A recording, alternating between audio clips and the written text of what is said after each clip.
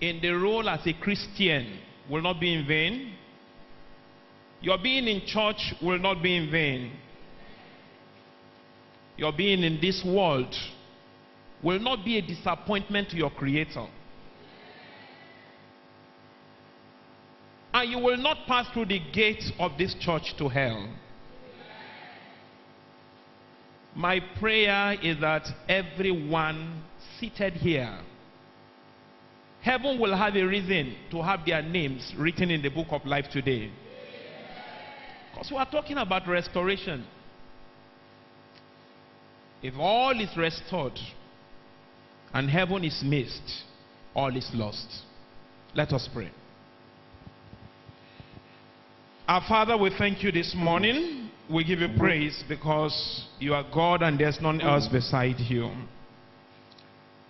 To everything we do in life, there is one purpose, that will be at peace with our Maker.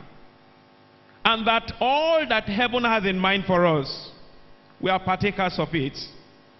We therefore pray this morning that your Spirit will find a reason to locate us today, so that that which heaven has prepared as a parcel, as a package, will get to our hands in the name of Jesus.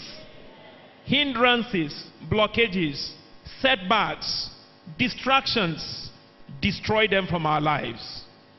And make a way for us where there seems to be no way.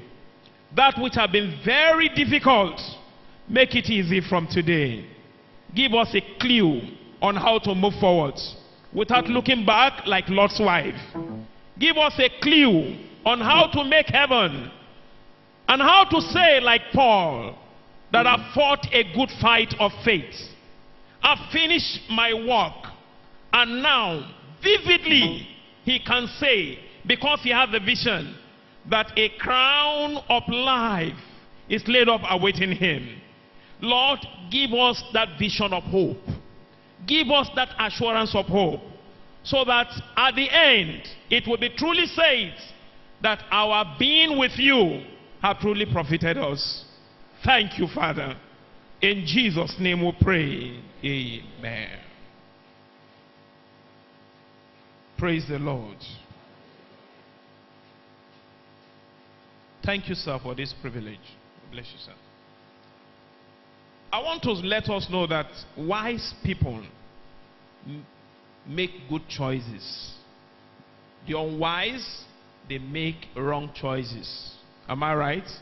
We are told about the wise virgins and the foolish virgins. What was the factor that differentiated them?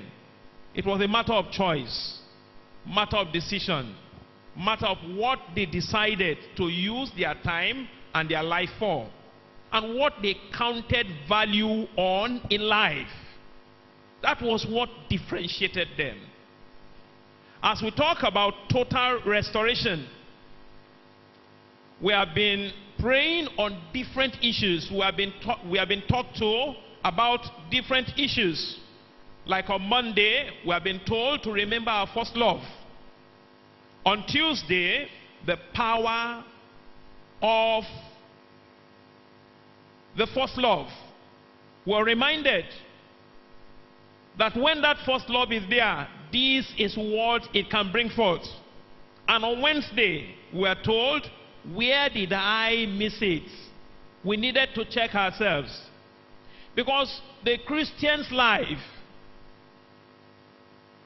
the source of his strength, the source of his joy, the source of his hope, the source of his wealth, the source of his victory, the source of his triumph, everything comes from God. And because of that, we are told that we need to actually trace where we have missed it. Why are things not happening the way they are supposed to happen? Why are we not getting the aura the way it is supposed to be? Why is the atmosphere not there? When the clouds of heaven will come down And somebody will feel the feelings that someone is touching me. Somebody is transforming me. When you are sitting on your own and you will hear the voice of God talking directly to you. Because he said he is the one that ordered the steps of the righteous. He leads them in the paths. So he said, let's trace it. Find out, where have we missed it? And on Thursday, we're told the key to keep moving. The key to keep moving. Then, on Friday, we were told to uphold me, O Lord. We discovered that we need to cry back to our Maker to help us, because except the Lord build it, they that build in vain.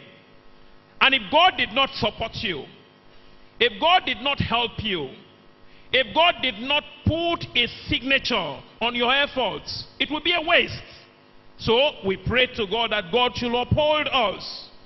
And yesterday, Saturday, we were told the grace to do God's work.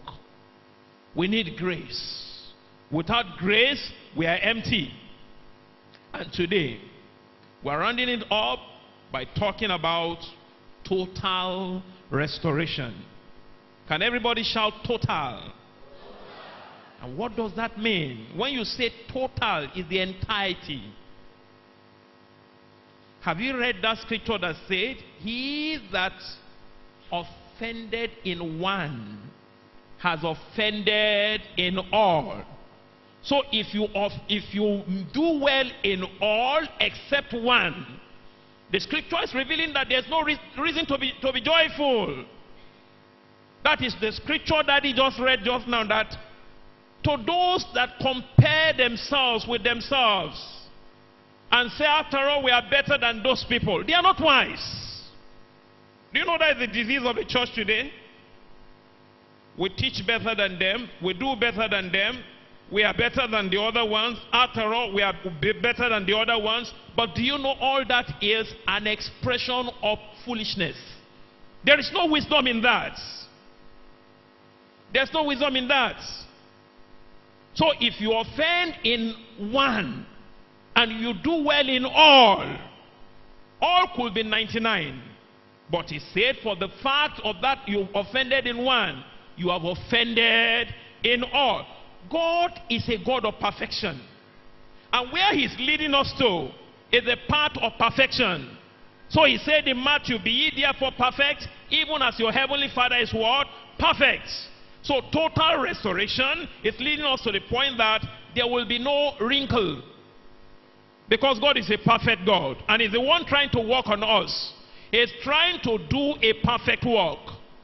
Because when he created the world, he sat back and he discovered that all things he had done was good. I pray after today, it will be said of you that the work of God is perfect. And when people look at your character, and they look at your behavior, and they look at your attitude, they will say, this is the reflection of the handwork of the Almighty God. Because imperfection is not a reflection of his work. Imperfection is not the reflection of his work. May the Lord help us. Can somebody please read for us as we proceed in Psalm chapter 51. Psalm 51 is actually a long text, but let somebody run it for us quickly. Psalm 51 verse 1 to 13.